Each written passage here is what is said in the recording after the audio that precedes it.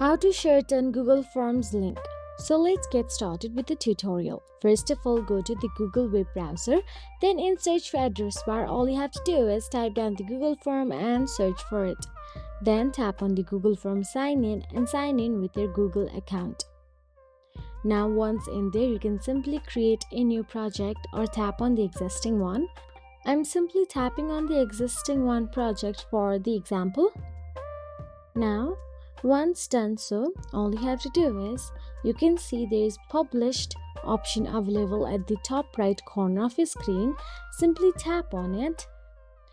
Then once you tap on the published, you will get to see copy link option available there. Tap on it. And once you tap on it, you can see shorten URL in the box. Click on it and it will shorten your URL within a seconds. Now all you have to do is copy it and paste it on your new web browser or send it to your friends. And that is it. If you found this video helpful, please like, share and subscribe, and thank you so much for watching.